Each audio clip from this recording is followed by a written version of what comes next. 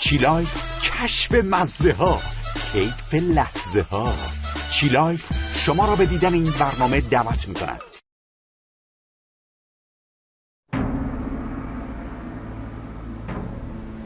By the middle of the 1st century AD, Roman civilization had spread to engulf the whole of the Mediterranean and beyond. It was the greatest empire the world had ever seen, and it seemed unshakable. But it wasn't. In AD 69, the Roman Empire foundered and very nearly fell. It was the year of 4 emperors, and Rome's dark side came to the fore as ambition turned to rivalry, rivalry to murder and civil war.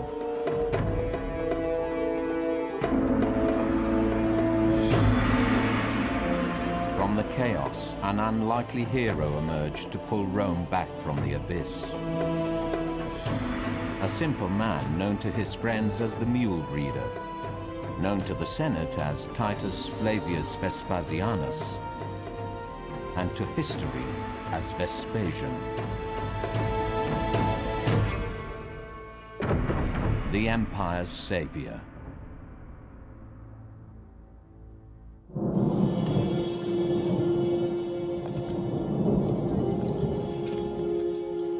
The year is AD 68.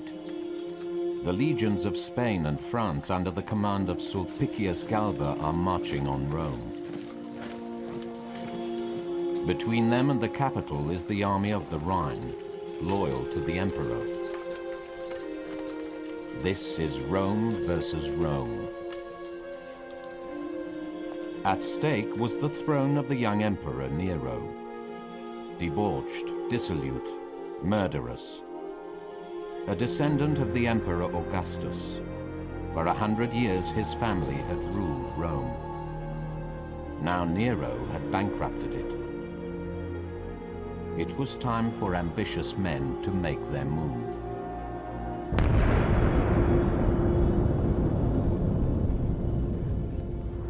Nero consulted the Delphic oracle, asking how long he might expect to live.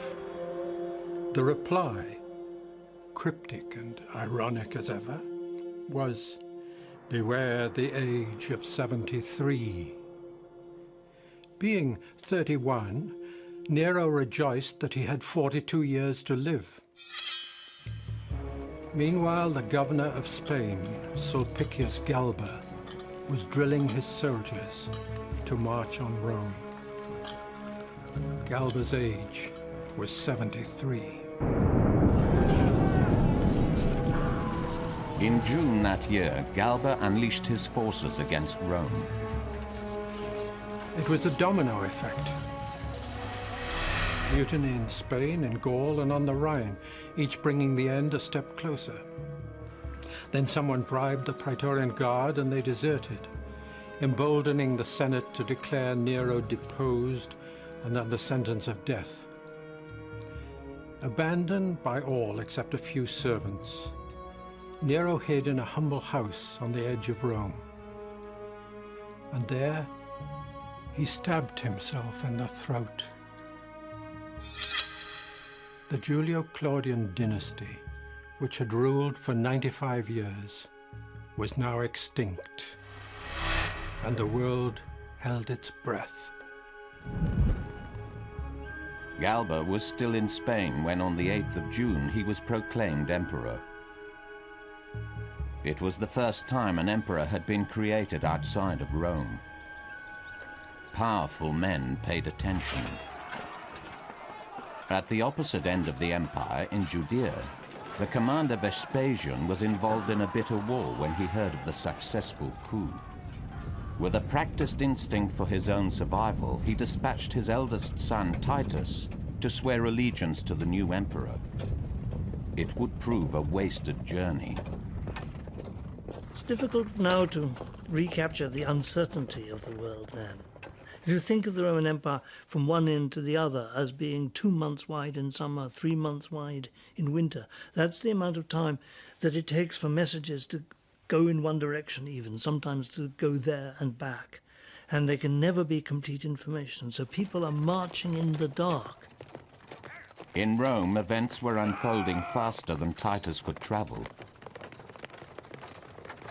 Titus is sent off to offer congratulations to Galba, and in fact Titus never gets to Rome because before he gets there Galba is murdered and he goes back again. But this is when people begin to think anything could happen. In his grab for power, Galba had not only split the army, he had divided Rome. Never a safe place, the dark recesses of the Forum were now more perilous than the battlefield. Rome's armies had followed the eagles on many a front. And yet, most dangerous of all was the inner front, the home front, where plots were hatched and scores were settled, where soldiers meddled in politics, where the Praetorian Guard, the spoilt brats of the Roman army, traded their support for gold. Within months of his arrival in Rome, Galba was dead, murdered by his Praetorian guards. They had switched their allegiance to Salvius Otho, a friend and some say lover of the late Nero. Otho proclaimed himself emperor on the 15th of January. He also would last but a few months. The storm clouds of civil war had finally broken. The bloody clash that ensued brought thugs and mercenaries from all the dark corners of the empire.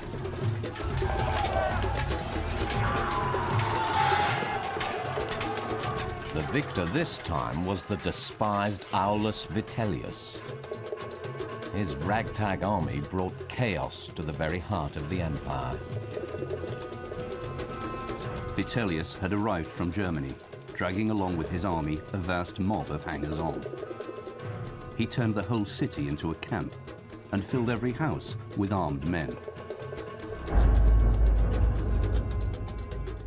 Unused to the sight of Roman wealth, they could hardly restrain their covetous desires, but turned to plunder and the murder of any who got in their way. Vespasian, having crushed all opposition in the neighborhood of Jerusalem, went back to Caesarea. There he heard of the upheavals in Rome, and the news angered him.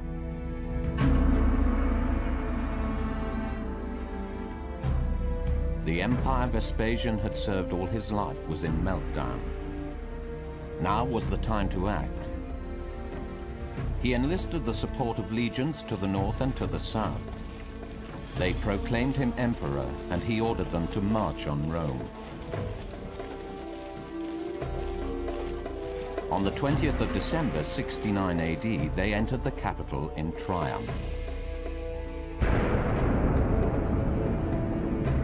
Vitellius, already on the run, was hunted down and slaughtered. His corpse dragged through the Forum and hurled into the Tiber. The year of 4 emperors was over, and it was Rome's luck that the 4th proved to be Roman to the core. Someone said to Nero, "You can kill everyone, Caesar, except your successor." The great question was, who would be Nero's successor? Few dreamt that before a year was out, the laurel crown would adorn the brow of a mule breeder. Even less that this country bumpkin would pull Rome back from the brink and restore the world to sanity. Vespasian inherited an empire that was on the point of collapse. Her people were in a state of shock, her armies fragmented and demoralized. The empire that was the dream of Augustus had become a nightmare in the hands of his successors. But this was never meant to be. Something had gone wrong. There are many misconceptions about Rome, and a very popular one is that it was ruled by a series of sadistic lunatics. Now that is a gross distortion. This was the greatest empire the world has ever seen, and it flourished for well over 6 centuries. To do this, it needed men of outstanding caliber. Vespasian may not be a household name, but he encapsulated, more than any other, the true virtues of a Roman emperor. His path to power is an astonishing story. No one could have been more astonished than Vespasian. Emperors were born, not made. So how could this ordinary man qualify for such a lofty perch? The answer can be found by retracing his career, a life's journey that took him to all of the corners of the Roman Empire.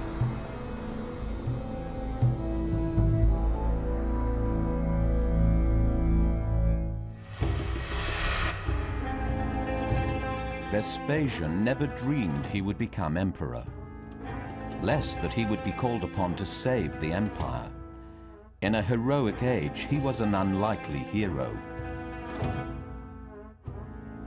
Short and thick-set, bald with a residue of coarse and crinkly hair, shrewd eyes brightened by a twinkle, hooked nose, receding mouth, and nutcracker jaw. A face Italians of a later age would caricature as Punchinello, and the English would call punch. So, for looks, one would have to award Vespasian rather low marks. For polish and social graces, 0. For imagination and innovative thinking, nothing very memorable. But for realism, for common sense, 10 out of 10. A rock-like man, steady, reliable, and Roman.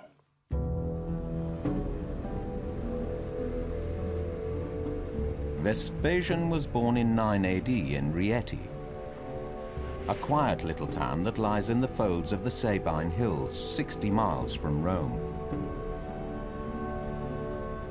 For many Romans, Vespasian must have really formed the ideal Roman, a Roman from the past almost, an old-fashioned Roman from old stock, from up in the mountains, a man who'd been brought up with the old Roman virtues of thoroughness, courage, magnanimity and victory, a natural soldier and a natural farmer.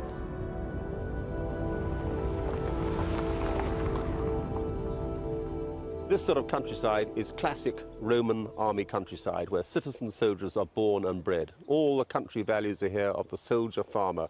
1 minute tilling this land, looking after his beasts, cutting down trees, the next minute joining up to fight in a campaign, and then finally retiring or returning back here afterwards.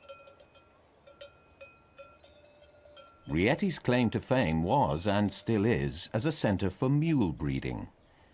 Men here were the car traders of ancient Rome, the haulage contractors, and Vespasian would be known as the muleteer, an association he was rather proud of. On his mother's side, he was fairly respectable, put it like that, local gentry. But his father's family was distinctly peasant origins. His grandfather, some people said, had been a centurion, which made it sound a bit better, but probably was only a common soldier. His dad had a job working in the tax collecting system, but not at the top level, and then went into money lending in Switzerland. So you could call that being a banker, if you like, respectably, and made a bit of money. Vespasian's father died when he was just 10. It was his ambitious mother who made sure he got the education and grooming that, with luck and money, might one day result in election to the Senate. Here, just off Rieti's quiet square, is her totally unexpected payoff. Nothing about the Teatro Flavio Vespasiano says small-town Italy. The magnificent ceiling commemorates her boy's moment of triumph. A procession through the streets of Rome, shared with his eldest son, Titus.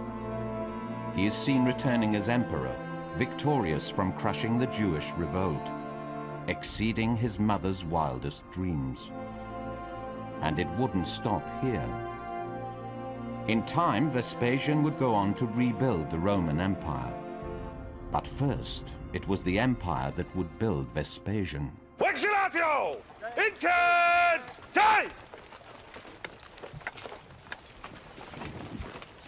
Vespasian's first step on the ladder to the Roman Senate was in the army.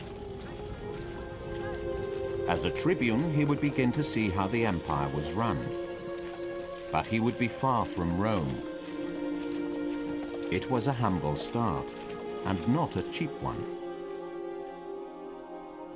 To enter a career as a top politician, to try and enter the Senate, you had to have friends. You had to have powerful and influential friends, and you had to have money. There was a minimum entrance requirement of 1 million sesterces. How much is that worth? Well, soldiers got something like 900 a year. So if you've got capital worth 1 million, that sounds a lot. His mother's wealth had bought the 18-year-old Vespasian a stake in the senatorial steeplechase. But her money guaranteed nothing except a run at the fences. At any stage, he could fall. The career hurdles were clearly marked, and progress in the hands of the Senate, the Emperor, and the gods. Barely a handful would complete the course. The really wealthy aristocrats never see the army, because if they get military experience, they become rivals to the emperor. The relatively poor, not so well connected, would-be politicians always get sent to the army. The Roman society is still a military society. Its strength depends upon having people at the top who can command armies, defend the frontiers. And so all young aristocrats, would-be politicians, have to have military experience. And so young Vespasian was sent out, first of all, to do military service in northern Greece, in Thrace.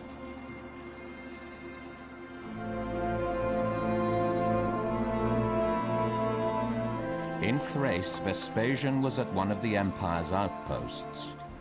Here he would learn something of the precarious relationship between the army, mostly stationed out on the frontiers, and Rome itself, the seat of imperial power. The Roman Empire was beautifully conceived, a wonderful architecture of stability. I mean, for 100 years there had been peace, and that's a fantastically difficult thing for a pre-industrial society to achieve. The reason was that the army was stretched along the frontiers of the empire, along the Rhine, along the Danube, in Syria, miles, months away from central Rome. And the commands of this army were split between different aristocrats. No one was allowed to stay in post for more than 3 years. And the people who were most skilled had to spend periods not in command, as well as periods in command.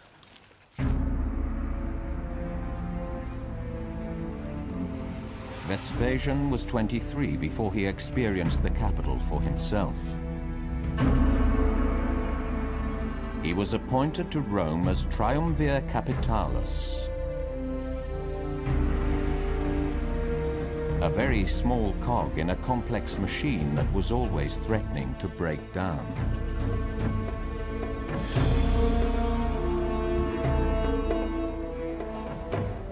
Well, Rome was the largest city in the known world by far. Probably over 1 million people, perhaps even 1.5 million people.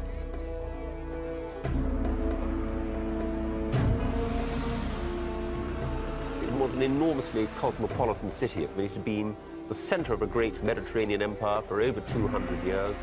People of every race, color, and creed would have been here, hustling, dealing, looking for political favors, trading, making money. It was a poisonous cockpit of cosmopolitan and interracial strife in many ways, but it was still terribly vibrant. This was the center of the known world. If you wished to get on, you had to come here.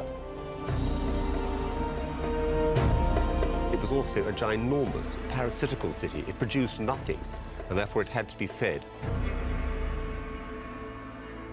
In this huge flour mill at the mouth of the Tiber, corn, most of it imported, was ground night and day to feed Rome's constantly hungry masses. This relatively humble-looking building, of course, is really the engine room of Rome. One thinks of Rome as circuses and theatres and temples, But this is really the most important thing, because this is where the food is made. The Roman poor were given this amazing dole. They didn't have to find any food. The emperor provided that free. He also watered them, or provided wine for them. They were also entertained. There's never been a society that pampered its poor to such an extent as the Romans did. This was not altruism. Rome was a powder keg. Government was about keeping the lid on it. Besides feeding everyone, there were the problems of housing and sanitation. The Romans were the first to use concrete to build huge apartment blocks. The needs of the city constantly drove forward such innovations. As triumvir, Vespasian would have seen the expansion of the most spectacular of all, the vast aqueduct system marching into the heart of Rome from all directions. It was an extraordinary system. If you can imagine, if you were a provincial living in a society that had hardly had any water, to see something like this striding across the countryside towards you, supplying you with non-stop water 24 hours a day. This aqueduct has been bringing water for 50 miles to this city. Now that is an immense project. No pump system involved here. Everything is done on gravity. So the Romans have had to survey the correct height to pick up the water, then survey 50 miles of building this enormous structure. It's almost the skeleton of a great empire. The ruins of aqueducts are everywhere. The management of water was one of the technological triumphs of Rome, and one that she was able to export with spectacular results. This was hygiene, but it was more. It was recreation, a vital distraction for the city's masses along with their theatres and circuses. But all of this had to be paid for. Rome was as big as London was in 1800. It was a huge population. It maintained itself because it taxed its subjects. Why the empire was vital was because all the money it collected in taxes poured into Rome and B, out to the armies on the frontier. So Rome was probably the most expensive, and the army probably took somewhat less than half the total imperial budget. But the taxes that the subjects paid were absolutely fundamental to all the lavish luxury of the city of Rome. From his time in the city, Vespasian learned that in order to continue in peace and prosperity, Rome needed the empire more than the empire needed Rome. His next appointment would make that all too clear. As quaestor to Crete and Cyrene in North Africa, the young Vespasian would get a close look at how Rome collected her money. Quaestorships, there were 20, were dished out by the Senate, 10 according to status, and the rest by lottery. Vespasian, needless to say, got his by lottery. He had drawn just about the bottom job in the pecking order. I mean, there were 20 jobs going each year for quaestors. The 10 most favoured stayed in Rome. They didn't want to go up to the provinces, and at the top of the 10 were the ones who were attached to the emperor, or you could be attached to the consuls, or you had various other duties in Rome. The other 10 would go to the provinces. The proconsul of Crete and Cyrene, I mean, most of them are totally unknown.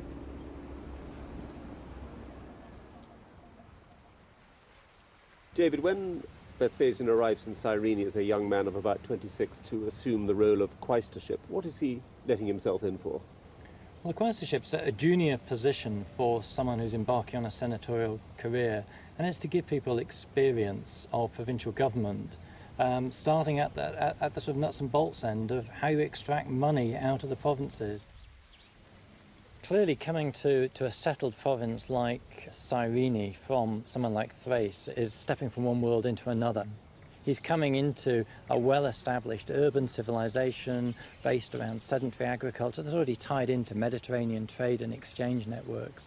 And as a tax collector's son, he must have instantly latched on to the economic potential of settled, peaceful, relatively peaceful regions like Cyrene, and the potential contribution that those sort of areas could make both the economy of the empire, but also to the political life and social life of the empire, because these are very well-developed civilization's been around for hundreds of years.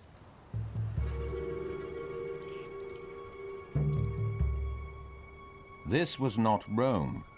Here was evidence of civilizations that predated the Romans. Greek, Minoan, suggestions of Egypt and Carthage. Obviously, those are extremely civilized countries. Cyrene had been first colonized by the Greeks in the 7th century BC, so they had these wonderful Greek cities. And they were very civilized at a time when the Romans were very, very primitive. But now Rome had overtaken them all. Roman civilization had left the Iron Age behind and was taking the rest of the world with it. This was an empire of inclusion, not exclusion. The Cyreneans weren't Roman citizens by right. That privilege could be earned through military or public service. Roman citizenship meant you were really in the first division in ancient society. Everybody who wasn't a Roman citizen was aspiring to become a Roman citizen if they could. It was more prevalent, I might say, in the West than in the East, where the Greeks were still slightly sniffy about it. For a Roman itself, it meant that really here you were an inheritor of the earth. There were obligations, but there were also many legal privileges that went with being a Roman citizen, and a whole way of life and a whole conduct of morals and military affairs and your political ideas and who you really thought you were. So to become a Roman was to really enter the top team. Vespasian was in the top team, and on his return to Rome, he was eligible for promotion. At the age of 26, he had seen the workings of empire at first hand, but as yet he knew nothing of palace politics. He was about to learn. Roman aristocrats were upper-class Romans who wanted to enter politics, secure election at the age of 25 or so, and there are 20 people who make it every year. At the next rung, 5 years later, there are 12 to 16 posts. So a quarter to 2/5 don't make it. So there's competition, there's chance. It's a lottery. Also, the emperor's mistress changes. A favoured ex-slave drops out of favour, and your career goes up in smoke. You have to wait till your chance comes again. Vespasian had to apply twice for his next promotion, his first application having been refused. The hurdles were becoming a bit more difficult. Between applications, the Emperor Tiberius had died. When he finally made the next rung, he may have wished he hadn't.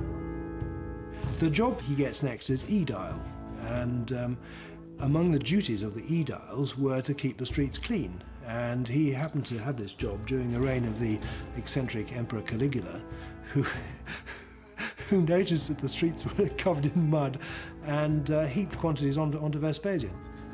More than mud, the emperor had his guards fill Vespasian's toga with all the filth and excrement of the street. To be known to the emperor was not always good for one's career, especially when the emperor was mad. The chap who's in charge has to be responsible. In the case of the Emperor Caligula, obviously he noticed that the streets weren't as clean as they should be and blamed Vespasian. Yeah, Rome is a very lively place then, particularly lively in the reign of Caligula. Obviously people were petrified, basically, what he was going to do next. This was a crash course in the unwritten rules of Roman power. The higher you rose, the more dangerous your situation became.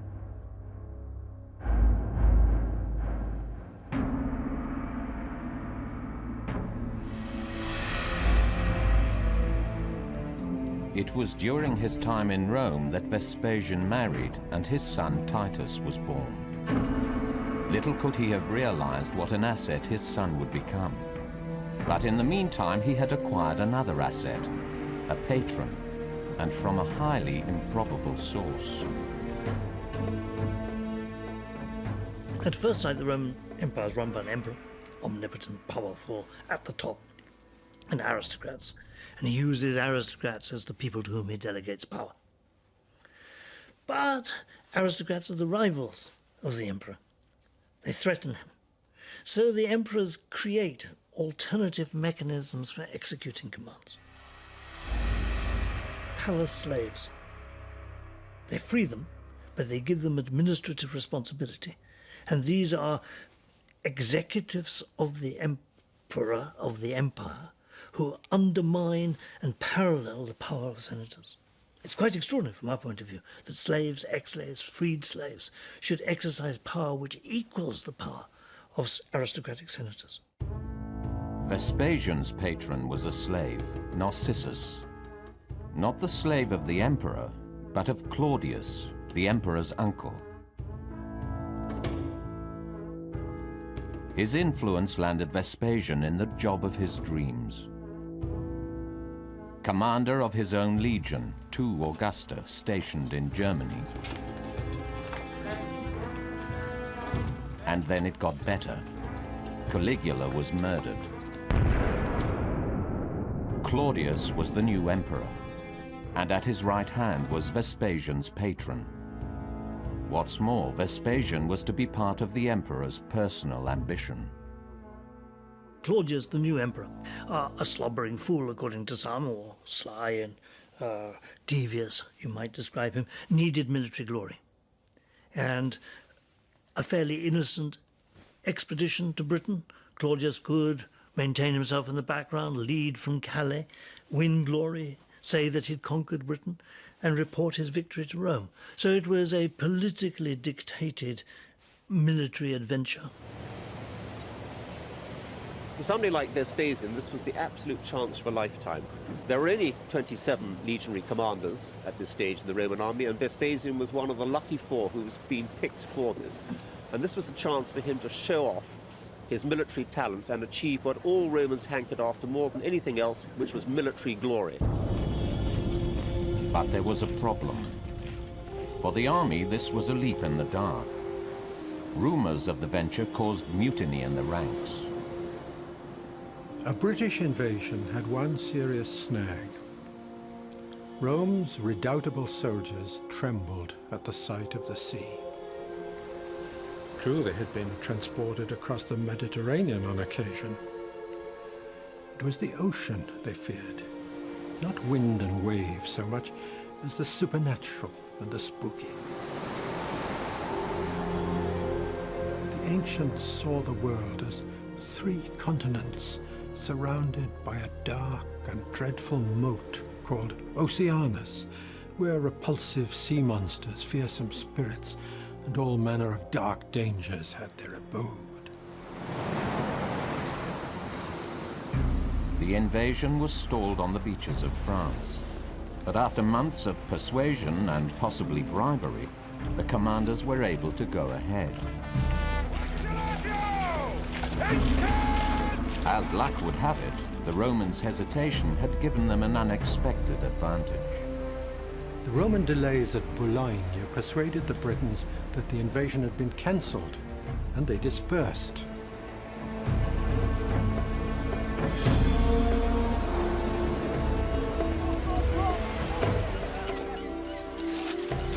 The Romans were able to land unopposed.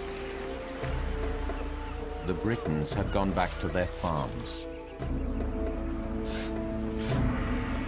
This is always the problem in that sort of a society, that if you get together a collection of people who would rather be farming their land and say, hey guys, you've got to defend the motherland or fatherland, and nothing happens for a fortnight, well, they begin to drift away. And, I mean, this only reinforces the point that they weren't primarily a warlike people, that if they were required to do, they could assemble, but not in a professional way, not in any way to be a match for the Roman army. So, unopposed, the Romans headed north, the largest invasion force the country would ever see. Progress was swift and inexorable, until they reached the first major river crossing. Here, they encountered signs of resistance. The Britons had been alerted, and the bickering tribes united behind Caratacus, their best fighter. He was the son of King Sinobelinus, Shakespeare's Cymbeline, to whom Shakespeare gave the lines, Britain is a world unto itself, and we will nothing pay for wearing our own noses. But this was the Roman army, the rent collectors for an empire. They had reached the River Medway. On the northern banks, the British tribes massed to stage their defense, clearly thinking the river to be an obstacle to the Roman advance. Vespasian saw only his first chance for glory.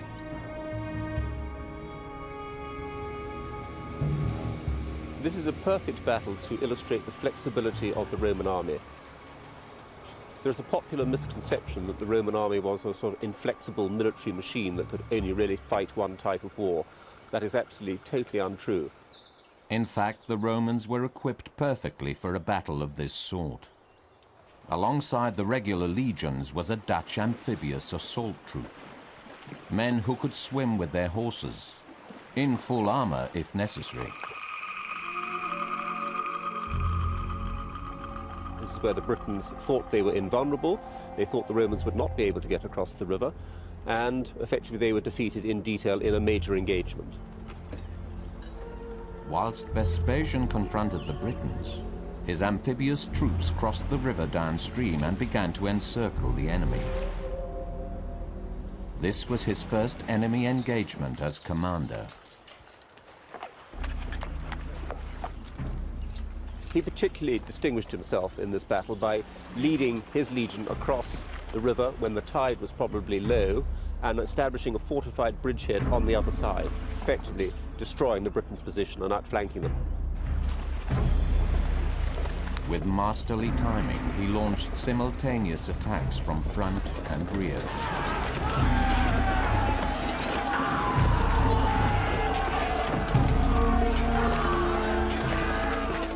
Vespasian's first blood was a military success.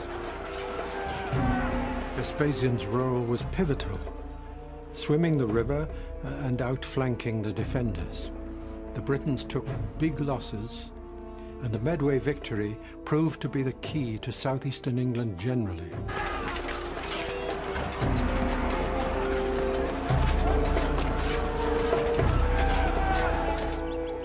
After Medway, the route was clear all the way to the capital at Colchester. At the Thames, the Roman forces split. 3 legions went north, whilst Vespasian was given sole responsibility for the southwest, to pacify the natives and secure the harbours.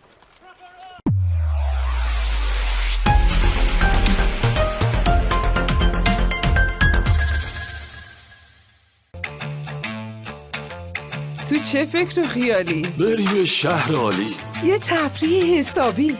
بریم موجای آبی. پس بلیط بگیر بابایی.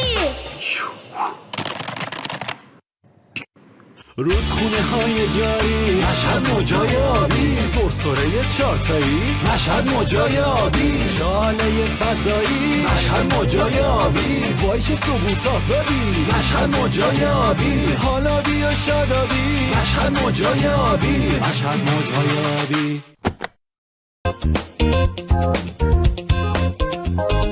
نگفتی رولت چیه؟ رولت رولتین نظریه. رولتین نظری، این رولت جهانیه، در 4 طعم خوشمزه و محبوب جهانی.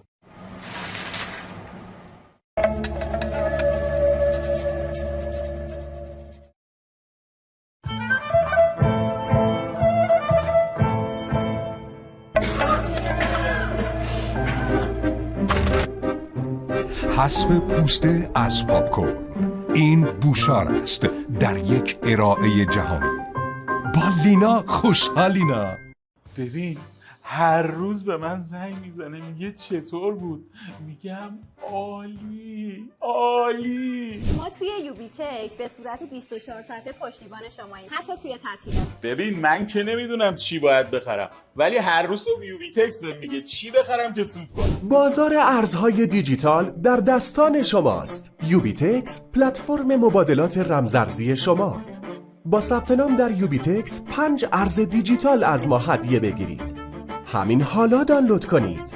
راستی اگه الان ثبت نام کنی یوبیتکس 5% دیجیتال رایگان بهت میده. دیگه چی میخوای؟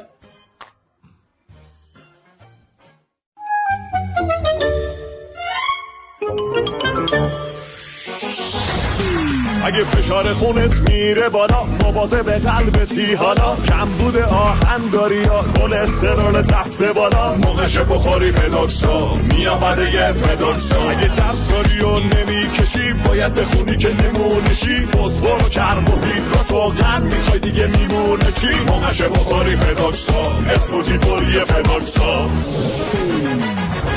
اگه خستگی تو بدنت میره چون داره از تنت میره پروتئین کافی میخوای امگا 3 و ویتامین ب موقعش بخوری فدوکسا پنکیک فوری فدوکسا اگه تحمل گلوتن نداری گوارش حساسی داری یا فیبر و آنتی اکسیدان تو رژیم غذاییت نداری موقعش بخوری فدوکسا کیک فوری فدوکسا از فدوکس جون بخوا. این همه خوشحالی واسه سال نوه؟ نه خیر، حال نو هم هست. مگه نمیبینی کل حال نو کردم؟ حال تو کجا نو کردی؟ خب معلومه دیگه، کجا بهتر از سراح افسریه؟ سراح افسریه یه راه عالی برای نو کردن حالتون. سرای بزرگ ایرانی در شهرهای قم، اصفهان و تنها شعبه تهران در سراح افسریه. شرکت سرمایه گذاری مریم طاهر، شریک مطمئن شما. آیا صاحب کارخانه یا کسب و کار تولیدی هستید؟ به دنبال سرمایه گذاری برای توسعه پروژه خود می گردید؟ شرکت سرمایه گذاری مریم طاهر آماده مشارکت و سرمایه گذاری در پروژه های معتبر صنعتی و تجاری شماست. فرصت رشد را از دست ندهید. همین حالا با ما تماس بگیرید.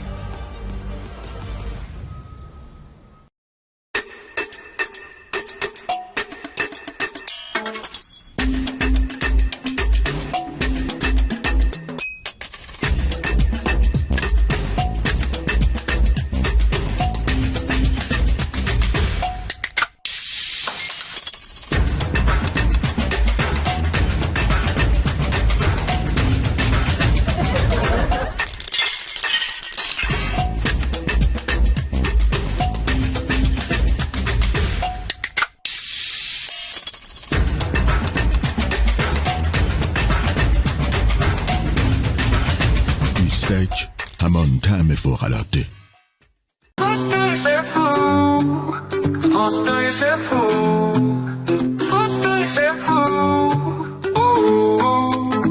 اولین پاستا فوری 5 دقیقه ایران در 2 تم آلفردو و گوجه ریحان شفو. کی گفته ویزای انگلیس سخته؟ ما سخت‌ترین مسیرها رو براتون آسون کردیم، بدون اتلاف وقت، بدون نگرانی، فقط یک تصمیم تا ورود به انگلستان فاصله داریم. UKS توریسم، متخصص اخذ ویزای توریستی و اقامت انگلیس. برای مشاوره و دریافت اطلاعات بیشتر با ما تماس بگیرید. تصویر تبلیغات قلب تپنده هر کسب و کاری است. پرشیانا نقاشی زندگی تجارت شماست.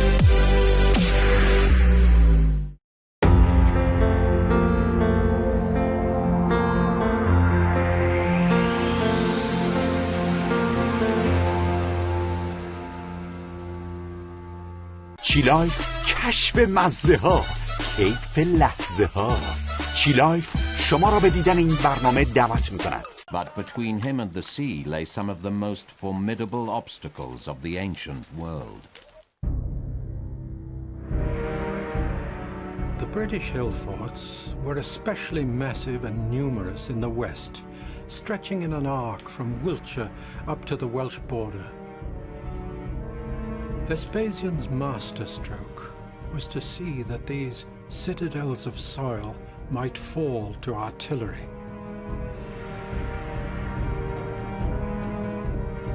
Inside these mighty earthworks lay flimsy villages of thatch and timber.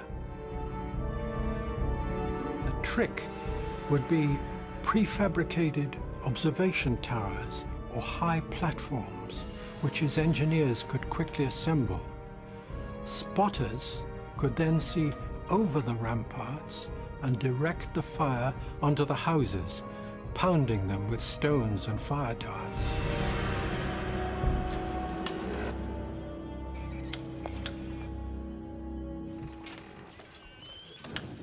The Britons will never have seen anything like Roman artillery. They will have probably assumed that Roman missile weapons, such as slings or bows and arrows, could virtually fire the same distance as theirs. But when they suddenly heard and saw these enormous catapults hurling large rocks, effectively, considerable distances, up to 300 or 400 yards, they will have been horrified. It would have been rather like a Stone Age tribe today coming up against a machine gun.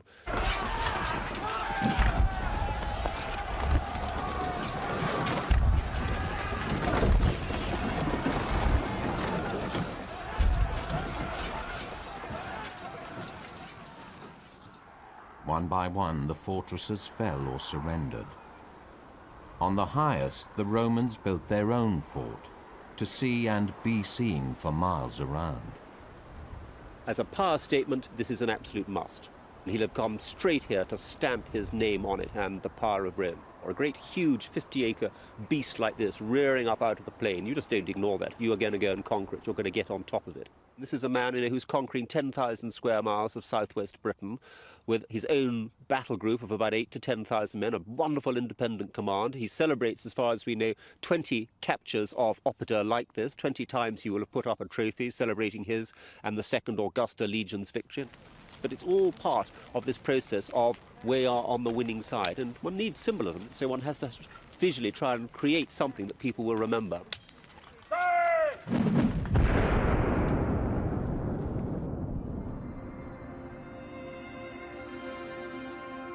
The bones of the vanquished, excavated from one of the biggest of the hill forts, their wounds still visible. The survivors would certainly have remembered the day Vespasian came. In pacifying the southwest and subduing the warlords, Vespasian had done well. But the job wasn't finished. Rome needed to put in place a leader, one the people could respect. But more importantly, one who would respect Rome.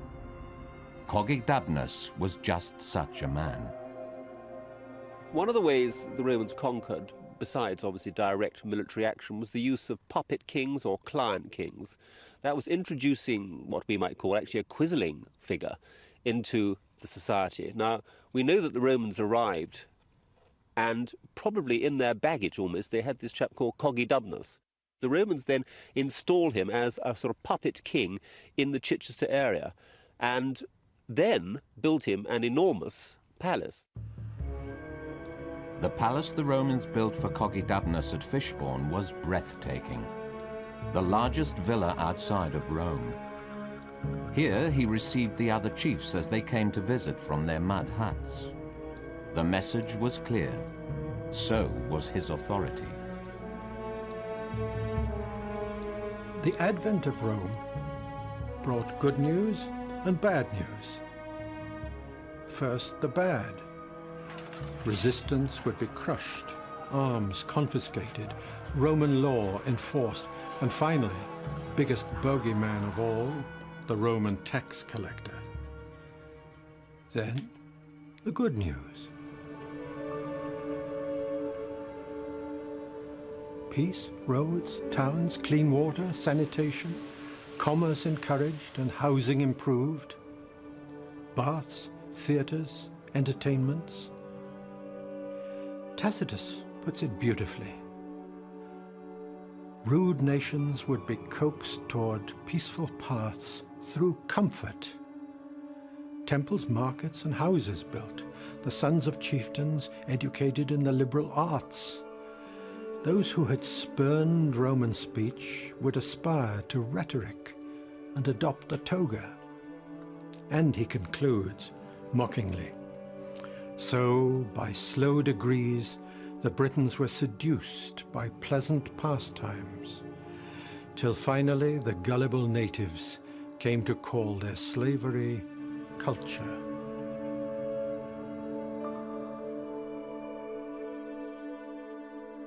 If you're Vespasian in Britain, the first thing you do if we've got some southwestern British chieftain is go along and say, look, old boy, would you like to join the club? You have terrific benefits and membership.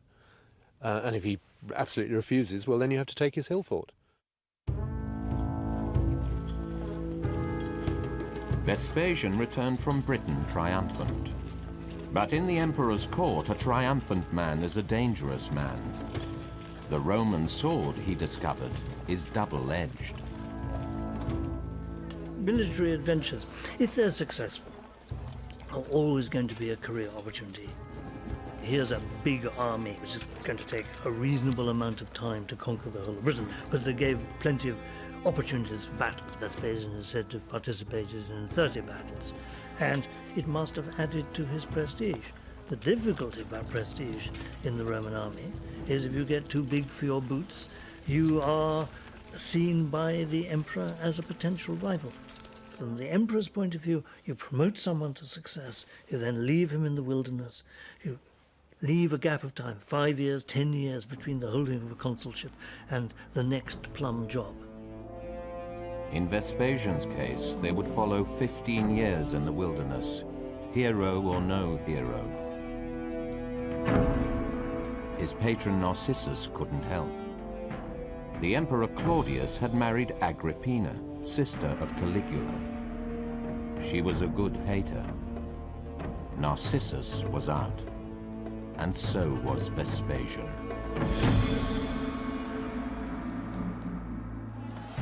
Vespasian had returned from Britain a hero, but that did nothing for his career. So long as Agrippina disliked him, he was going nowhere. And when, in 54 AD, Claudius died and her young son Nero became emperor, his enemy became the most powerful woman in the world. But this was Rome, where change was swift and often bloody. Within 5 years, Nero had murdered his own mother. Vespasian's career was back on track. The next job proved to be worth the wait. Proconsul, governor of Africa, the highest rung on the senatorial ladder. As governor of this vast and rich province, Vespasian would represent the emperor in person. He had the power of life and death, and more importantly, from a personal perspective, he had the power to raise taxes, not just for Rome, but for himself. He's definitely drawn one of the big ones. I mean, they all wanted to be proconsul of Africa or Asia. On the whole, I think Asia had much more prestige, but they were paid the same rate, and they were paid 1 million sesterces for the 12 months, which is good money. Only 12 months, but even so, handy. Because the posting was for 1 year only, it was understood that the governor would line his own pockets before retiring gracefully to Rome. There were certainly rich pickings here. North Africa generated 500 million sesterces a year, trading daily with Rome. We have a very good description from Pliny describing the great sailing ships, which they were, coming up the Campanian coast, having made the crossing from Alexandria, with their sails billowing as they sailed northwards towards Rome. There will have been a scene of untold beaverish type activity. Cargoes sold, deals made. It would have been a scene of, yes, continuous hustle and bustle and noise 24 hours a day. Leptis Magna in today's Libya was one of the cities in Vespasian's jurisdiction. The marketplace is now silent. The surrounding alleyways deserted. But 2,000 years ago, it would have been a bustling source of revenue. The North African seacoast, I mean, nowadays we think of it as being relatively desert, but in Roman times it was relatively fertile. It was wheat exporting, olive oil exporting, and was an important breadbasket for the city of Rome. In some ways, in ancient conditions, the city of Rome is closer to Tunis than it is to Milan because of the cheapness of sea transport. Africa was more than just the breadbasket. On the shore outside of the city are the magnificent baths of the hunters. Here, the Hunters' Guild enjoyed the privilege of their commerce with Rome. The baths, sumptuous even by Roman standards, are an indication of the high value placed on their service, for it was they who provided an endless supply of exotic and dangerous animals to the public arenas on the Italian mainland. Not only did Africa provide the bread that kept the people of Rome fed, they also stocked the circuses that kept them quiet.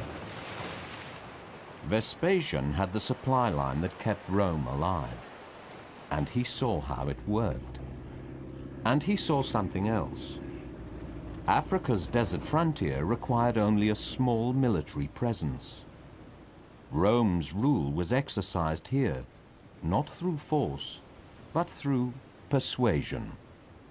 The Roman Empire has a population of 50-60 million people.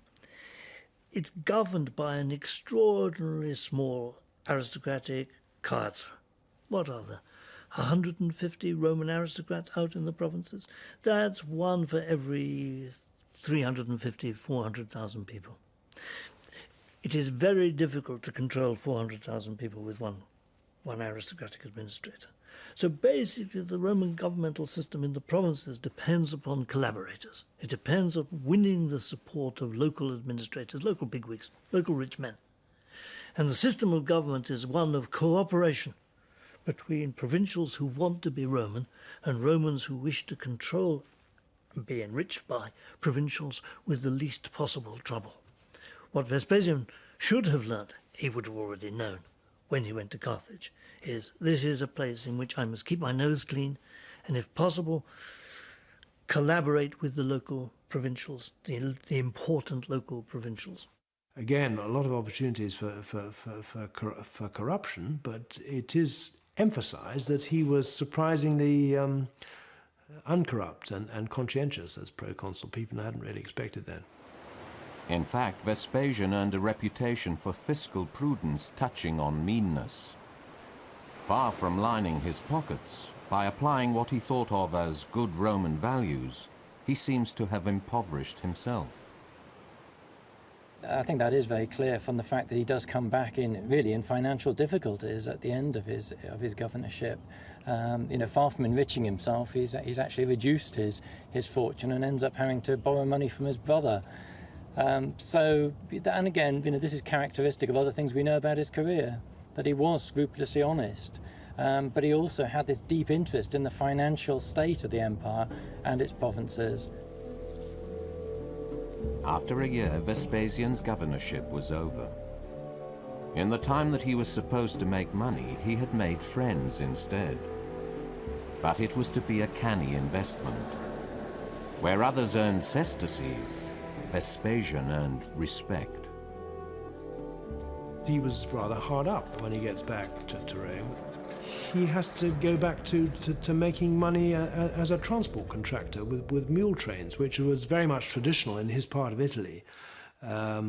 It was famous for its mules, and the opportunities were there. There was plenty of work, but it was rather undignified for a senator to go into that sort of thing. They weren't expected to do that. They were expected to live off their landed estates. So it was back to the hills, back to his roots. Vespasian had flown high, but he came back to earth with a bump. This was when he became known as the muleteer.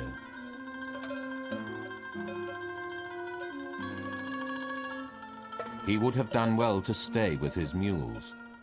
Against all the odds, Nero took him up. The young emperor seemed to appreciate the company of the curmudgeonly old soldier and invited him along on a cultural tour of Greece. Since Nero was a psychopath, his invitations were rarely refused.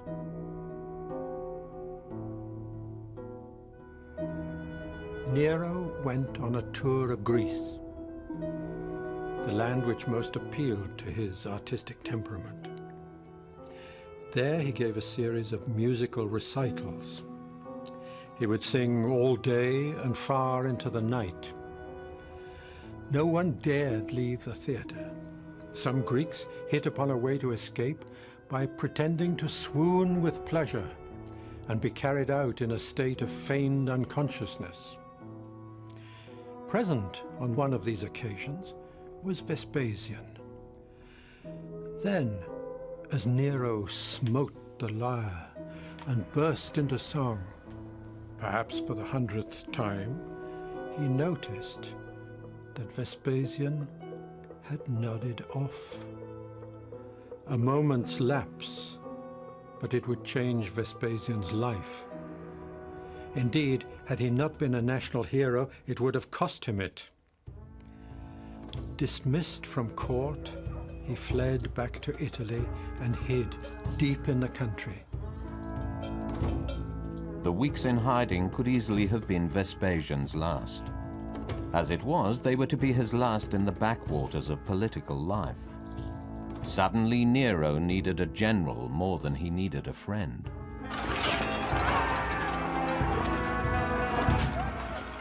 In AD 66, the Jews, ever the misfits of Rome's pagan empire, seething with righteous rage and fired with a holy zeal, revolted against the profane and scandalous tyranny of Nero, falling upon a Roman legion and annihilating it.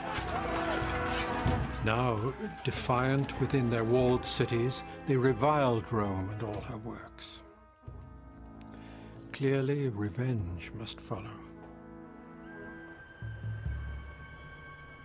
The natural choice, the Roman general who had the greatest reputation at that time, and particularly for fighting in the east, was a man called Corbulo.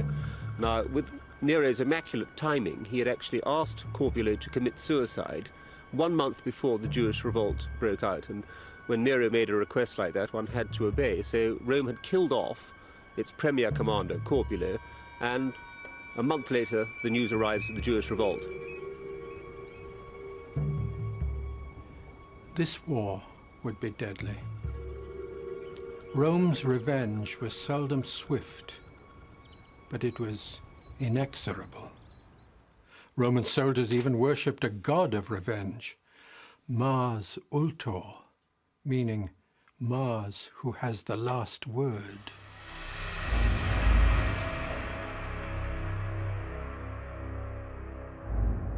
Romans had built an empire which is circled around the Mediterranean Sea. In fact, they called the Mediterranean Sea Mare Nostrum, our sea. The main idea was that you had to have the entire sea encircled by proper Roman territory. And Judea is situated exactly in that position, where it is actually the connecting point between Europe on the one hand and Africa on the other. And the Romans couldn't allow this part of the Mediterranean circle to slip out of their hold. And it was very, very important, therefore, to put down any hint of rebellion in that area. Vespasian moved first against the cities of Galilee. At Jotapata, he laid siege for 40 days and 40 nights without let, unleashing massive force against the Jewish rebels. It was a ferocious battle that resulted in the annihilation of all 40,000 inhabitants. All that is except one. The general in charge of the defending forces, Josephus, survived and underwent a miraculous conversion to emerge as the great scholar and historian. Josephus is an extraordinary figure. Of course, he's the primary Jewish historian, but he started off as being a Jewish gentleman in Judea, and so according to his own history, he advises people not to fight against Rome. It's crazy. But he was forced to become a leader of a Jewish group and was, in his own account, a successful, very successful leader of the Jewish fight against the Romans. But once surrounded by the Romans, the last few survivors enter into a suicide pact. Josephus is the person who organizes in which order they draw the straws. He draws the longest straw, and when they're down to 2 people, he says to the other guy, "Hey, why do we keep on killing ourselves?" And the other guy stabs himself to death, and Josephus walks out. What's charming about the story, as he himself tells it, that he betrays his own cause, surrenders, offers his services to Vespasian and Titus, and gets accepted. Josephus went on to chronicle the adventures of Vespasian and to write a history of the Jewish war. After Jotapata, he was never far from the Roman general's side, and it is because of Josephus that we see another, darker side of Vespasian. A man who was perfectly capable of delivering Roman vengeance in full measure.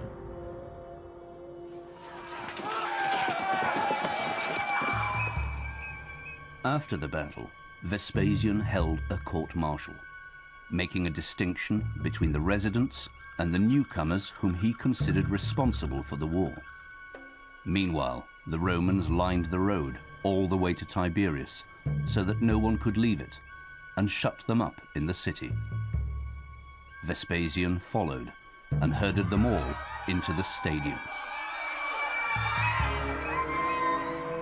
The aged and useless, 1,200 of them, were disposed of by his orders.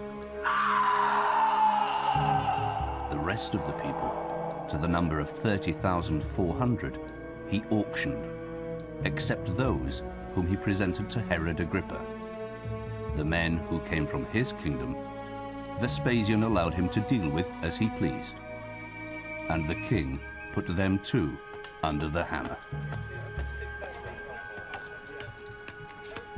Every city that he eventually brought down, he did the sort of the normal procedure would be to kill the man who had fought in battle, and to sell the rest of the population into slavery. Vespasian does everything that a Roman commander is expected to do, including win. He is going around there, encouraging, sending out reconnaissance patrols, maintaining morale. He's totally and utterly involved. He also put up with many of the privations of his army. He was a soldier, as well as being a supreme commander.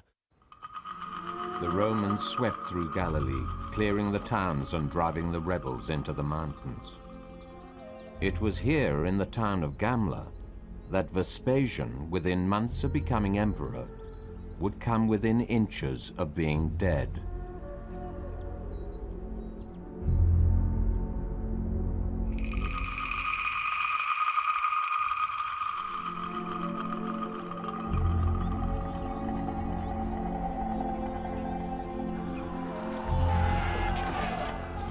As Vespasian's forces swept through Galilee, the fleeing rebels took to the hills. Gamla, so named because of its resemblance to a camel, was considered unassailable. 2,000 years ago, this was a steep, densely built town surrounded by sheer cliffs and packed on the day Vespasian came with refugees and extremists. His job was to flush them out before he dared head south to Jerusalem. The rebels thought they were safe. Vespasian knew otherwise.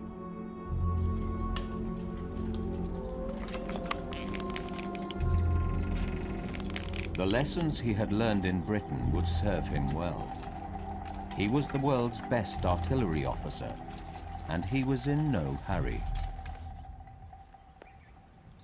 By the eastern wall, he built earth platforms from which to launch his assault.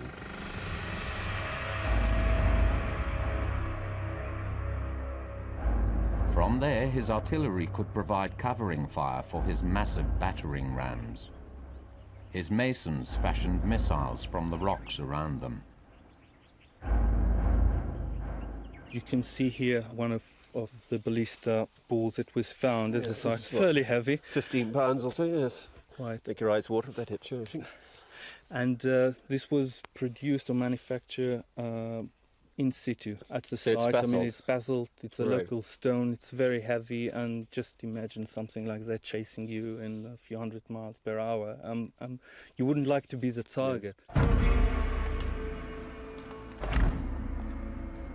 Beneath a hail of artillery cover, Vespasian began his assault on the walls of Gamla.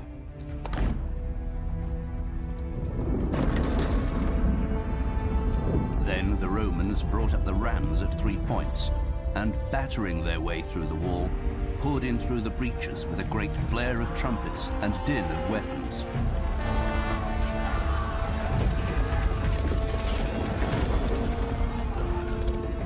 The most crucial part is to get as many soldiers possible in the shortest time. Through the breach and into the city. So they start just to pump the soldier very quickly into the boundaries of the cities.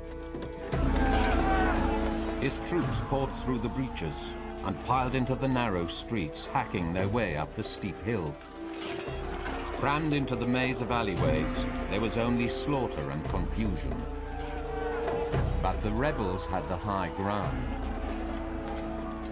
What happens, the Jews were retreating towards the peak or the summit of the city of the side, but then turning their face and starting to fight with the Romans.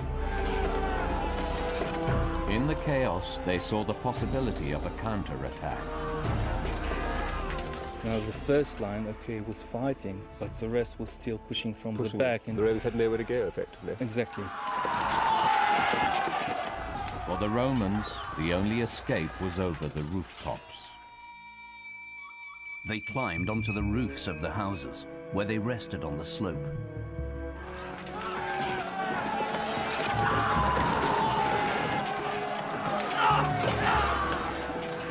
Crowded with men and unequal to the weight, these quickly collapsed. The effect on the Romans was devastating. The first assault on Gamla had failed. Vespasian's troops were stunned by their defeat. Then suddenly they realized their leader was no longer with them.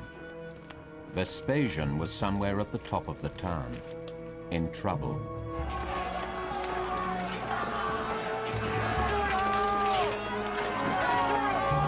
The men who were with him covered him with their shields and pulled him to safety.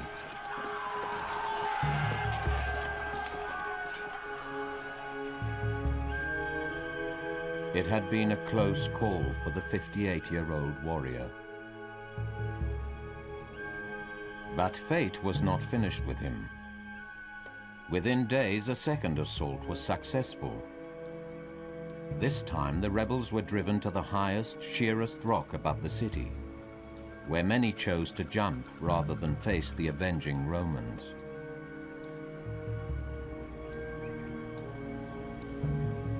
Galilee thus pacified, Vespasian headed for Caesarea, and some remarkable news. Nero had been toppled. So Vespasian, far from Rome and close to the protection of loyal and devoted soldiers, could watch and wait while others scrambled for the throne. With Nero dead, Vespasian knew that the empire was in peril, for Nero had no successor and many enemies. The headlong dash for the vacant throne would plunge Rome into civil war. The year is 68 AD.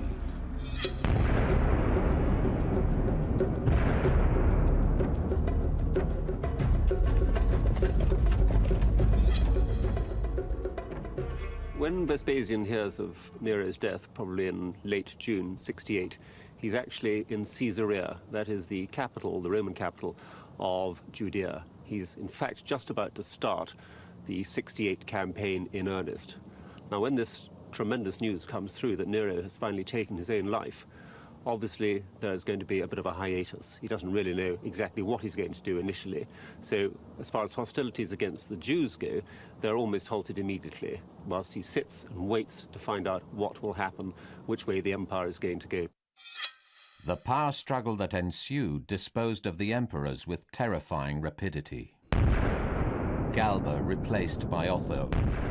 Otho replaced by Vitellius. Fate was driving events in Vespasian's direction. Vespasian was far from Rome, and the empire he loved was disintegrating. The book of rules by which he had played had been torn up. With a battle-hardened army under his direct command, and the loyalty of 5 more legions to the north and south, with 2 grown sons as military commanders and loyal friends in key positions throughout the empire, it was time to make his own play. And he played like a master. He didn't head for Rome. He had learned well in his tour of the empire. He left Titus to watch the Jews. He sent his army towards Rome, and he went for Rome's lifeline, the grain supply in North Africa. He knew the army on the Danube was loyal, so while it drove towards the heart of the empire, he simply put his foot on the artery. At a stroke, Vespasian made Rome ungovernable. Without bread, riots in Rome were inevitable. Vitellius's grip on power began to slip. I think perhaps that Vespasian was in an unassailable position in the East. In other words, he could have fragmented that part of the Roman Empire off. That's what happens 300 years later. What was really difficult for him to achieve was to move out of the East and capture the center. But luckily he didn't have to do that for himself. The Danubian forces did it for him. The Danubian forces entered Rome on December the 20th, 69 AD. The boy from the hills was emperor. It would be almost a year before he would arrive in person. But new laws drafted by him gave him full powers backdated to the day of his victory. When he was a boy, becoming emperor was not a competition. But now it was. And he had won, and could write the rules as he saw fit. In conferring on himself the right to act in all things divine, human, public and private, he combined all the powers of Augustus, Tiberius and Claudius into one. And now he could return to unfinished business. We have never forgotten the Jewish rebellion. Once the civil war is over, thoroughness, pragmatism, destruction will follow.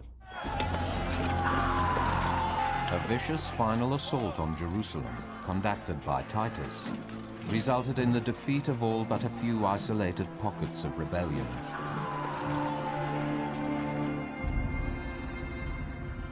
Across the Dead Sea, in Nabatea, today's Jordan, there is a harrowing sight.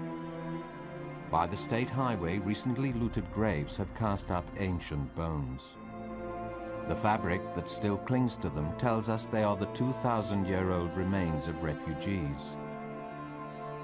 Jews that fled the vengeance of Rome as the last of their rebels cornered at Masada chose suicide over slavery. This was a journey's end.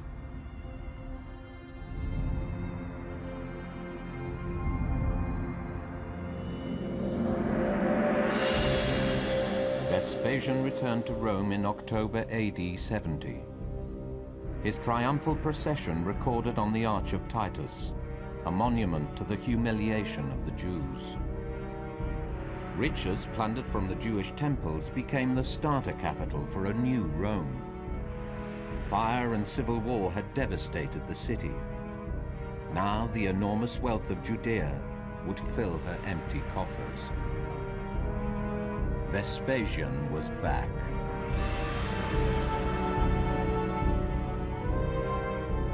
There was much to do. War and rebellion had seriously undermined the foundations of the empire. The ruling classes were demoralized. The army was running wild. The city's infrastructure was in disrepair. But this empire had built Vespasian. He knew what to do. He mended the aqueduct system at his own expense and made sure the citizens knew it. He rebuilt the temples. Farther afield throughout the empire, provincial cities became Roman cities by his gift, and their citizens Roman citizens. The empire he loved was now his, and he took it all into his embrace. The greatest legacy of Vespasian is that he finds a metropolitan empire based on the city of Rome, and he leaves a cosmopolitan empire which is based on a much broader network of elite families, elite groups around the provinces of the empire who have a really enhanced commitment, economic and political commitment to the empire. But Vespasian didn't forget the lesson he had learned in Rome as a young clerk. The people of Rome were still the basis of the empire, their happiness the rock on which it stood. At the heart of the old city, in the grounds of Nero's vast golden palace, he built an amphitheater, the biggest in the world, and he built it with money he had brought from Jerusalem. This was his gift to the people. He called it the Flavian Amphitheater, but the world knows it as the Colosseum.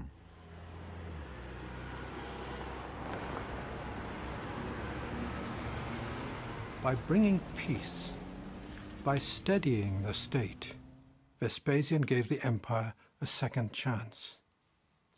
The best was still to come. Rome had 150 good years left. The centuries ahead, the 2nd century AD, will in many ways be her happiest.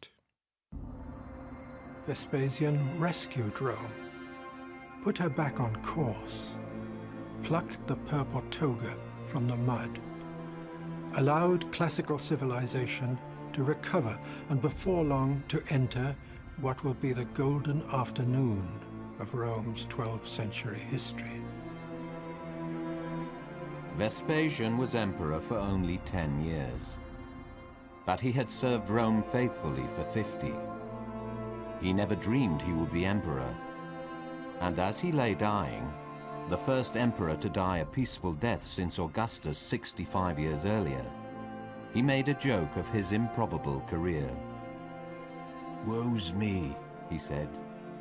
"Methinks I'm turning into a god."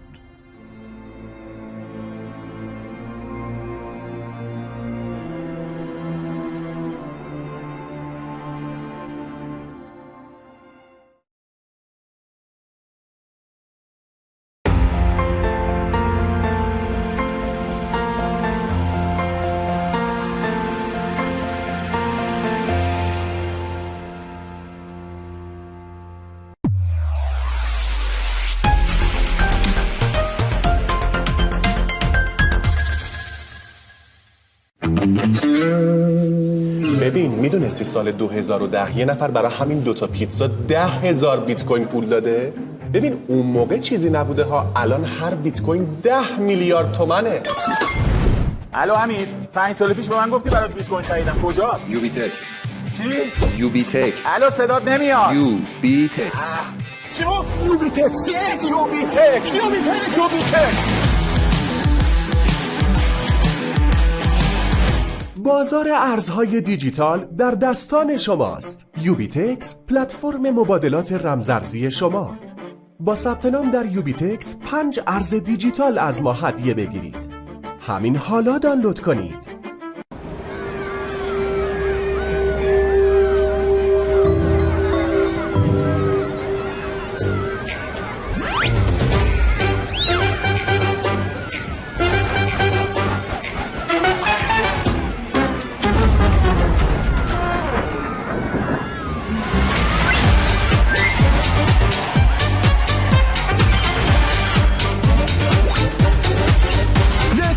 نظری، رفیق دوست داشتنی من. تجربه دلنشین، قهوه با طعم فندق کلاس نو.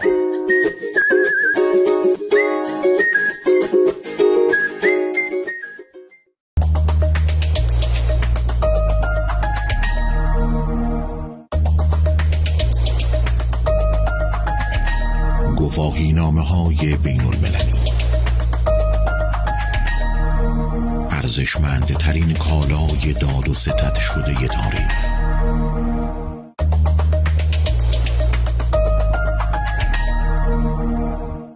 دوازده سال صادر کننده نمونه.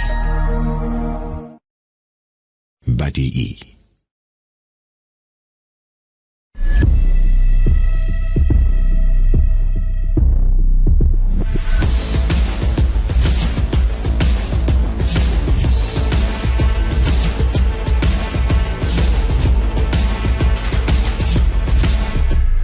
سوشی لایف، کشف مزه ها، کیف لحظه ها.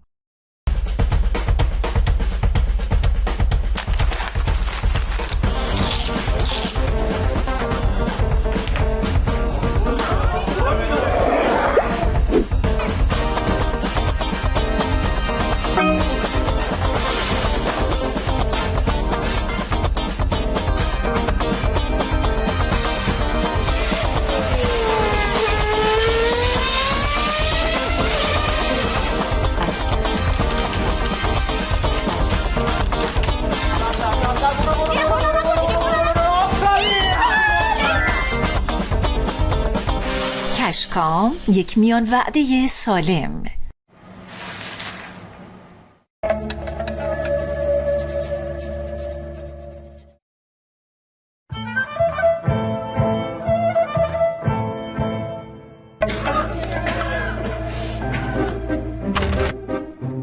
حذف پوست از پاپکورن، این بوشار است در یک ارائه جهانی. با لینا خوشحالینا. تو چه فکر و خیالی؟ بریم یه شهر عالی، یه تفریح حسابی، بریم موجای آبی. پس بلیط بگیر بابایی. رودخونه های جایی، مشهد موجای آبی، سرسره چارتایی، مشهد موجای آبی، چاله فضایی، مشهد موجای آبی، وایش ثبوت آزادی، مشهد موجای آبی، حالا بیا شادابی، مشهد موجای آبی، مشهد موجای آبی. یادت نره جنس خوب بخری. اصلش اینه خیالت از کیفیت راحت باشه. بعد از میدان آزادی، شهر لوازم خانگی. طعمی غنی و ممتاز، قهوه ریچ کلاسنو.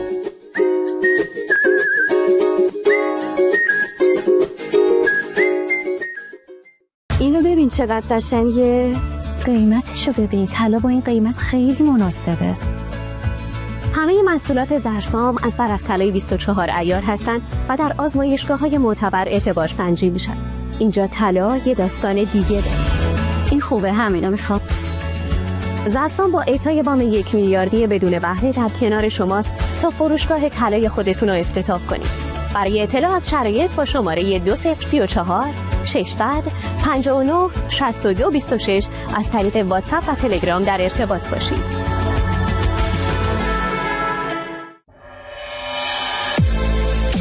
تصویر و تبلیغات قلب تپنده هر کسب و کاری است. پرشیانا نقاشی زندگی تجارت شماست. لاکچری بودن یعنی چی؟ لاکچری؟ لاکچری واقعی احساس ملکه دنیای خود بودنه که از انتخاب‌های منحصر به فرد تو نشأت میگیره. خراسان بزرگ گنجینه بی انتهای از رنگ‌ها، عطرها و طعم‌هاست. میزبانی‌های خاطر انگیز ارزشمند با یک گل استثنایی آغاز میشه.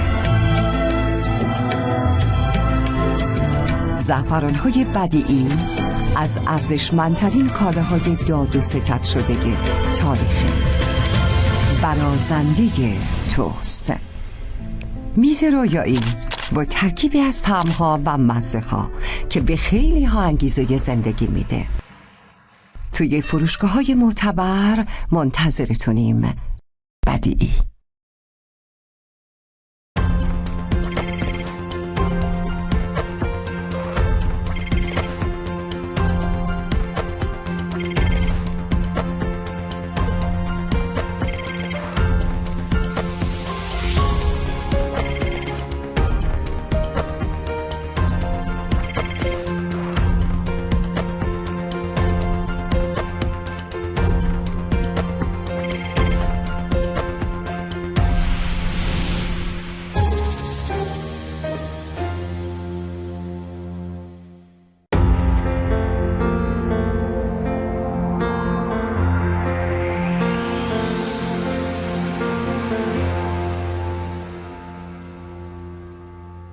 چی لایف کشف مزه ها، کیف لحظه ها.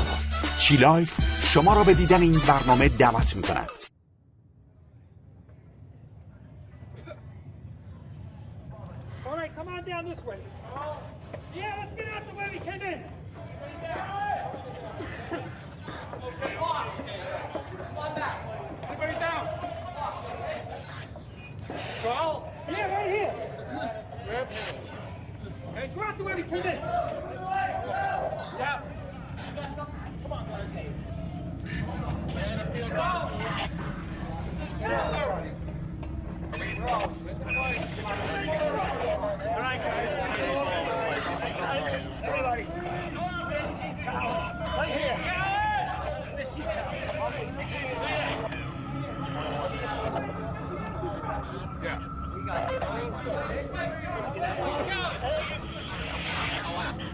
How's the way out of here?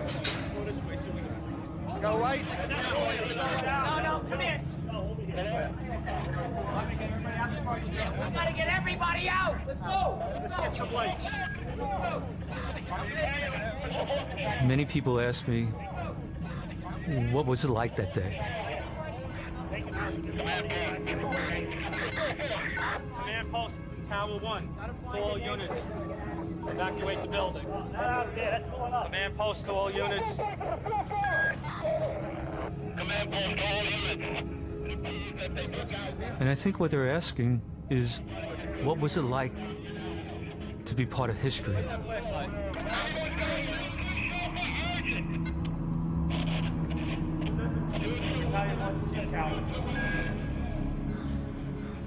And then I tell them my story.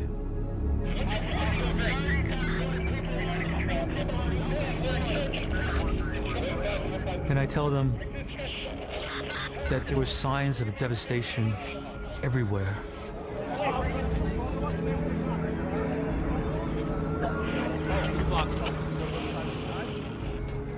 But there were also signs of hope.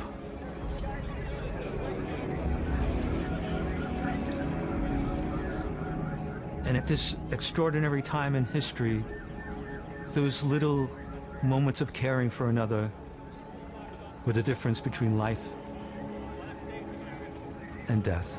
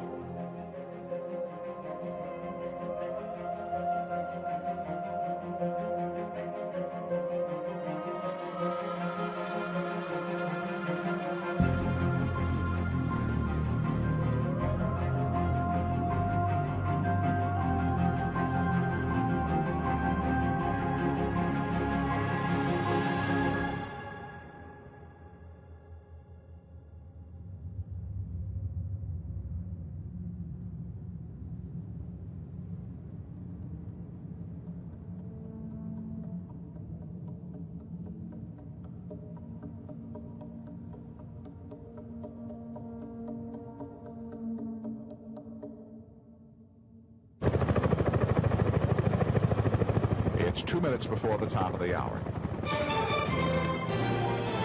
AP Network News. Good morning, I'm Ross Simpson.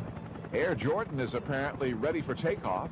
Former NBA superstar Michael Jordan is on his way back to the NBA.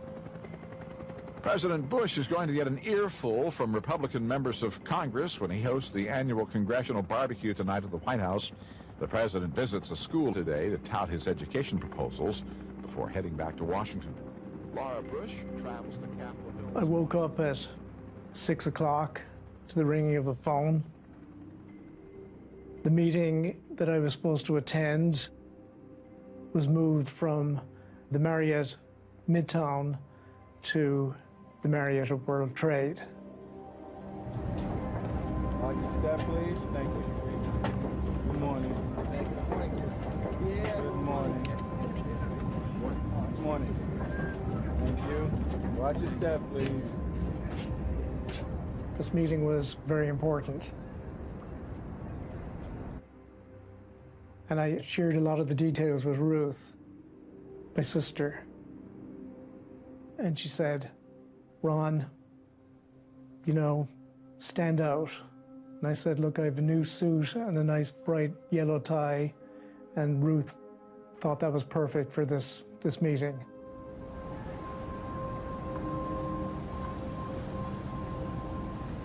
And taking the ferry across in the morning, walking through where the boats are, there was a man with a glass of champagne, you know, cheering people. And he passed a comment that I had a good suit on. You know, he said, that's a good suit. So I felt very confident that things look good, not a cloud in the sky. Let's get this meeting over with.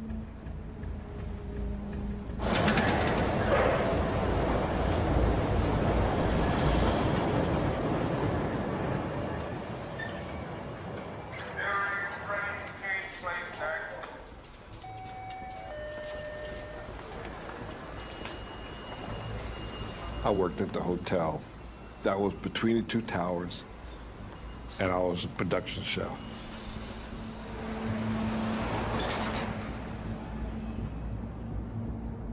The Greenhouse restaurant at the back of the hotel was all glass, so when you look up, you had the two towers going up. And when you look out, you had the courtyard.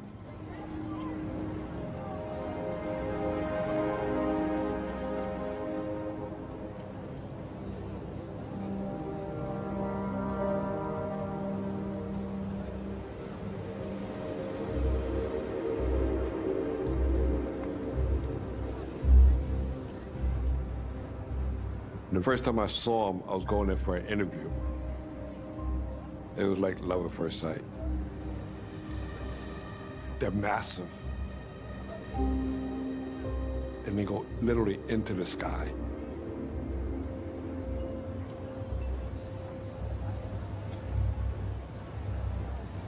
And I remember thinking to myself, this is where I want to be.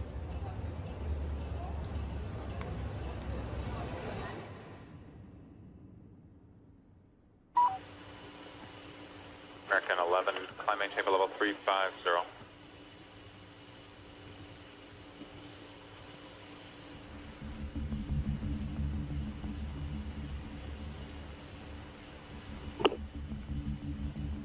American 11, Boston.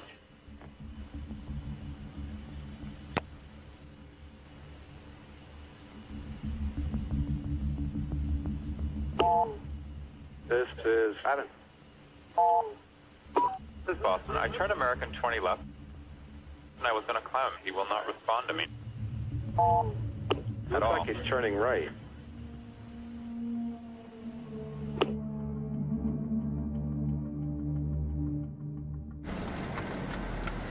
Two Alpha. Notify Conrad to respond. 10-4. I was a battalion chief in the 1st Battalion. And my responsibility was for the tip of Manhattan.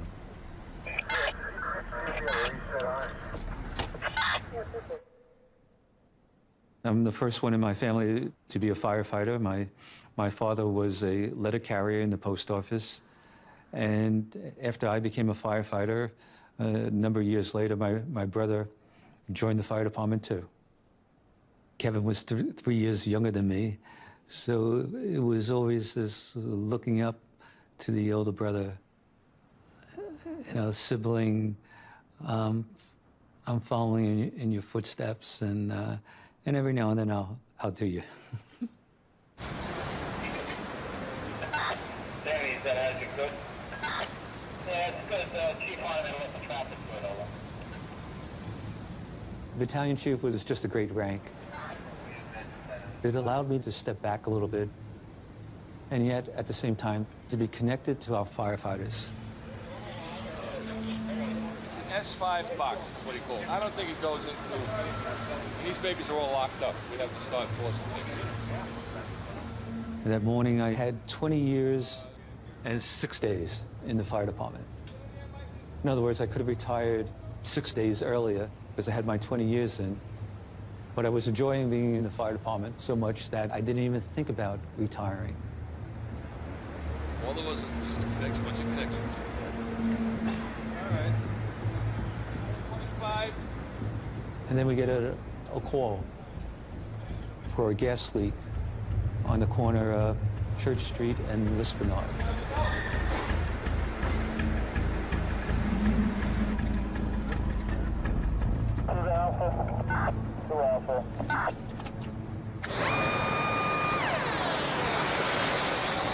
gas main's right here, right alongside this. The gas line looks like a 6-inch gas main, it says.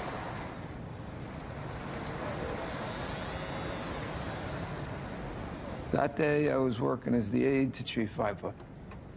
And that was a position that I had only done like once or twice. Tell me of several manhole covers that have blown. Being a battalion aide is a very important job. But I was always a truck guy. I loved being in the truck because you get to break down doors, break windows. It was like being a big kid. Listen, we were never looking forward to people's houses burning down. That wasn't it. But you did look forward to going to fires. You know, it was your job. It's what you were paid to do. And the feeling you got was very intense. And while it was going on, definitely, I've been in a lot of scary situations. But when it was done, you couldn't wait for the next one.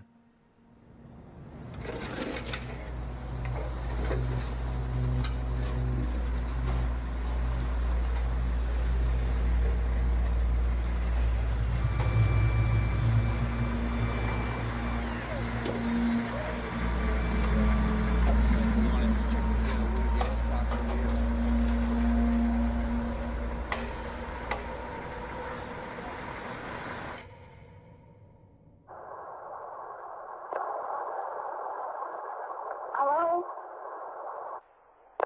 Yes, hello? What is your name?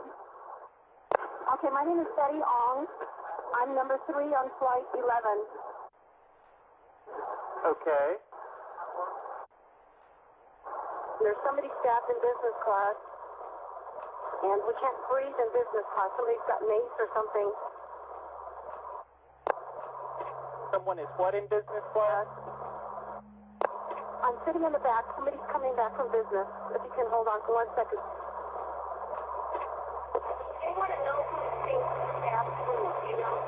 I don't know, but Karen and they got stabbed. Okay. Our number 1 got stabbed. Nobody knows who stabbed who, and our 5 has been stabbed. Can anybody get up to the cockpit? Can anybody get up to the cockpit? I think the guys are up there.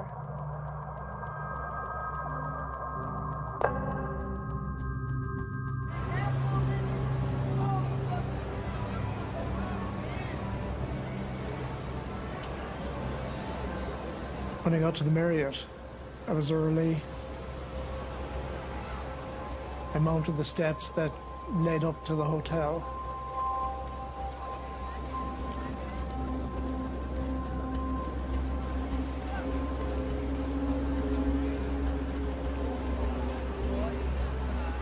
People were generally just fussing about, walking about, and just preparing for their day.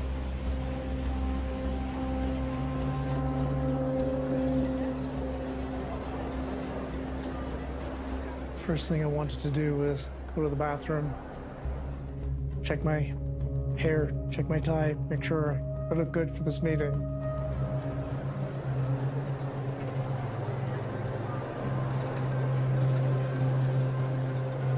So when I came back out, still had time to spare, I walked around the lobby of World Trade Center, always in awe of the Tree of Life windows. And then I walked back and sat down in the hotel lobby.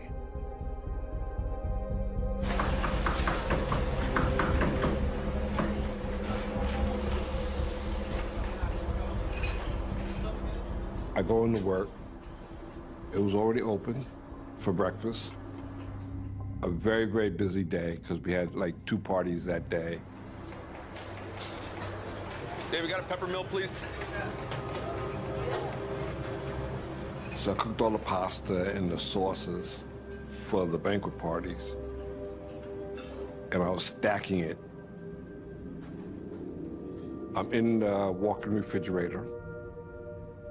Doors closed. I guess it's like a sealant. Like you really can't hear what's going on outside. There could be people right outside the refrigerator talking. I can't hear a thing.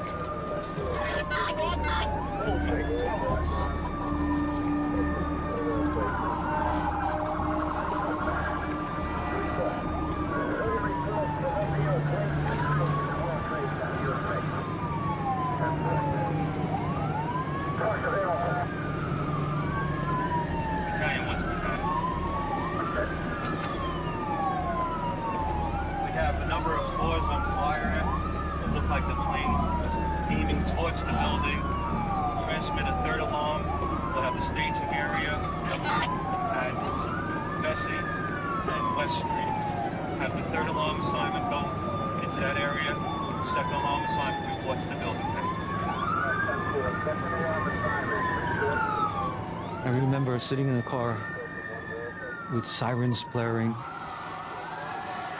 air horns from the engines and the trucks, and lights on. I remember saying to myself, let me slow down my thinking. Realizing I was going to the largest fire of my life. And initially, I was going to be in command.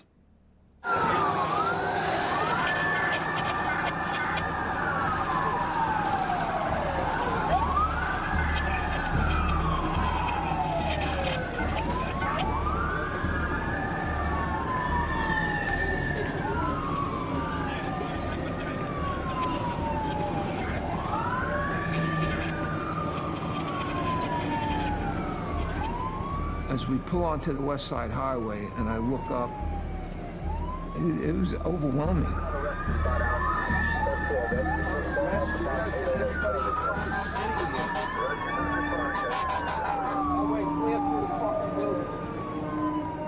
I could see that the plane went directly through the building. and I see that there's gaping holes in Tower 1. So the ride seemed like an eternity, you know. My mind was racing. It was an extremely frightening feeling. It really was.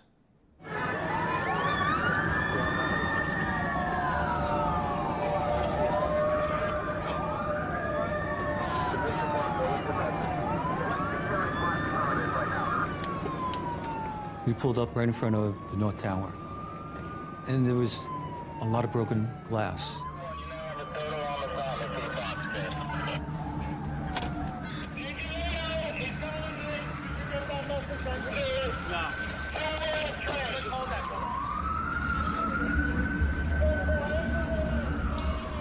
I got out of the car, I put on my gear, and I walked into the lobby. And as I walked in, I saw two people to my right badly burnt.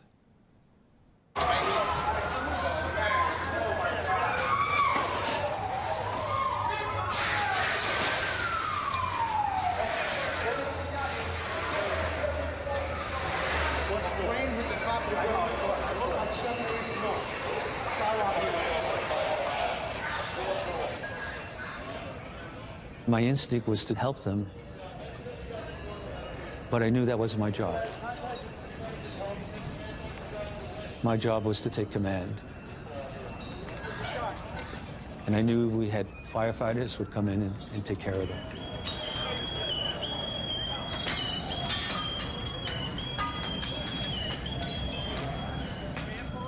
As we walked in, we found out that all the jet fuel went down the elevator shafts and blew out the whole lobby.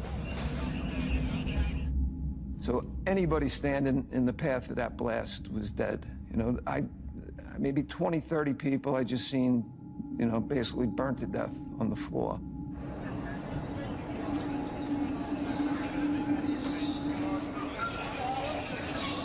It was pretty horrific.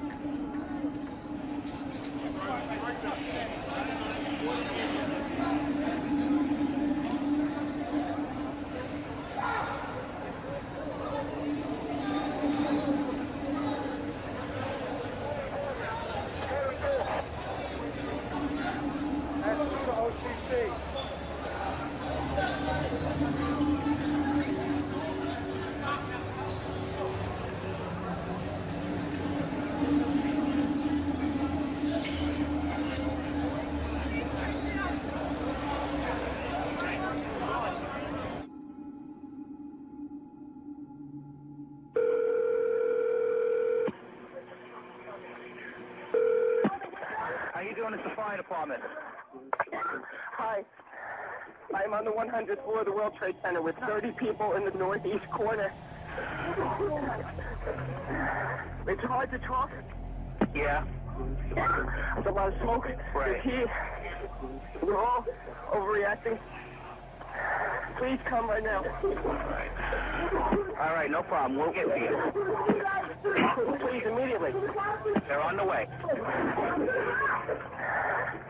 Bye.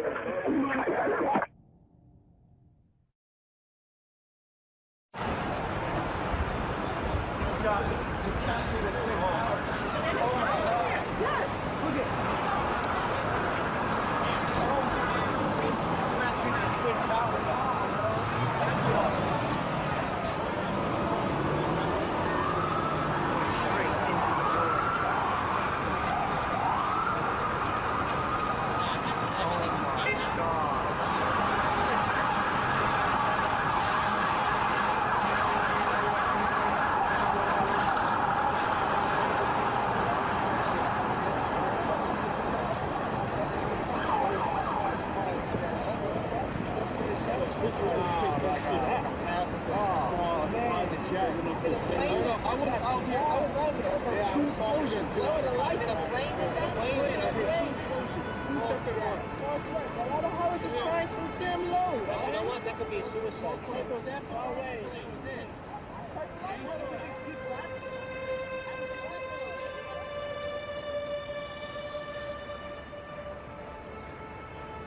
People were running around. And I could start to smell kerosene in the hotel lobby. So I walked over to the revolving doors and I looked out.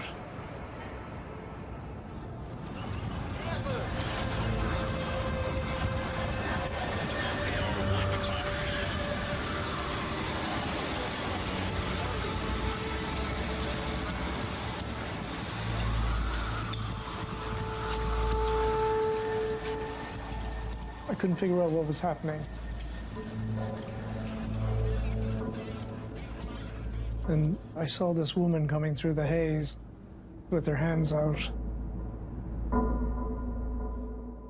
And I just couldn't figure out for the life of me, like, what was wrong with her.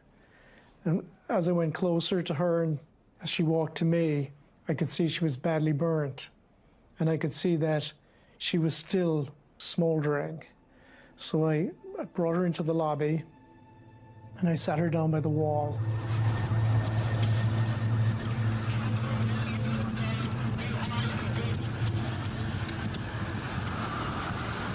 She said she couldn't see and that there was a ball of flame. And her eyes were like pretty much burnt shut. So after a minute or two, after I could get her calmed down a little bit, asked her name. She said her name was Jenny Ann Maffeo. And she said she was on her way to work. And then she said, "Holy Jesus, Mother of God, don't let me die."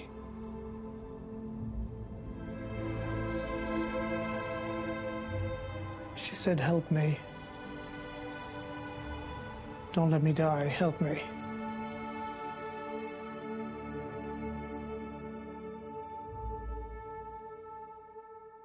Chief! We haven't found an elevator yet. You don't have an elevator yet? Did you get that?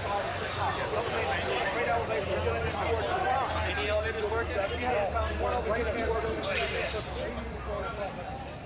Captain Tardio came back to me and said he couldn't find an elevator that was working. So that meant that firefighters had to climb. And the top would be 110 stories. Elevators. Elevators. What do you got running? Nothing is running. Find out so you get me freight, anything going up?